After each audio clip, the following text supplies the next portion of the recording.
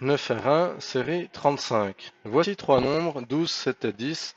On fait la somme des deux premiers, ensuite on multiplie le résultat par le troisième.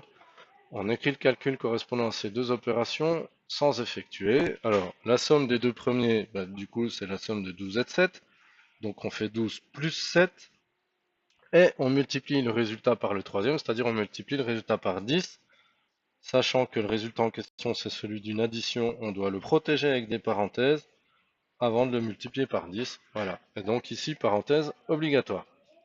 Question 2. 7 plus 23 fois 2 plus 8. Priorité à la multiplication, même si on serait tenté de faire 7 plus 23 parce que ça donne 30, ou de faire 2 plus 8 parce que ça donne 10, on n'a pas le droit. C'est d'abord la multiplication, priorité de calcul. 23 fois 2, ça donne 46. Donc on se retrouve avec 7 plus 46 plus 8. Et donc on additionne tout ça de gauche à droite. Ça nous donne 61.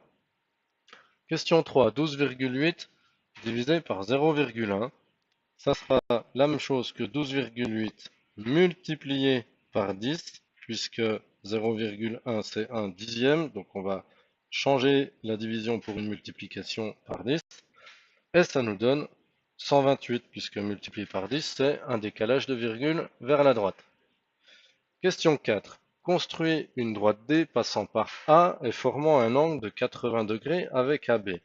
Alors, on va prendre notre rapporteur. La droite doit passer par A. Donc l'angle aura A pour sommet. Autrement dit, on s'aligne ici. Voilà. Et le 80 degrés, on doit le prendre sur la graduation. Alors cette fois-ci, ça va être la graduation qui est alignée à droite, donc qui démarre là, 0, 10, graduation extérieure. Donc 80 degrés est ici. Voilà. Et donc j'ai ici ma droite D qui fait un angle de 80 degrés ici avec AB et qui passe par A. Alors j'aurais pu aussi retourner mon rapporteur et mesurer 80 degrés de l'autre côté. Mais vu que la place on l'avait plutôt là-haut, c'était plus logique dans ce sens-là. Question 5. 12,8 multiplié par 0,5. Alors, multiplié par 0,5, ça revient à prendre la moitié, puisque 0,5 correspond aussi à 1 demi. Ça nous donne 12,8 divisé par 2, ce qui nous fait 6,4.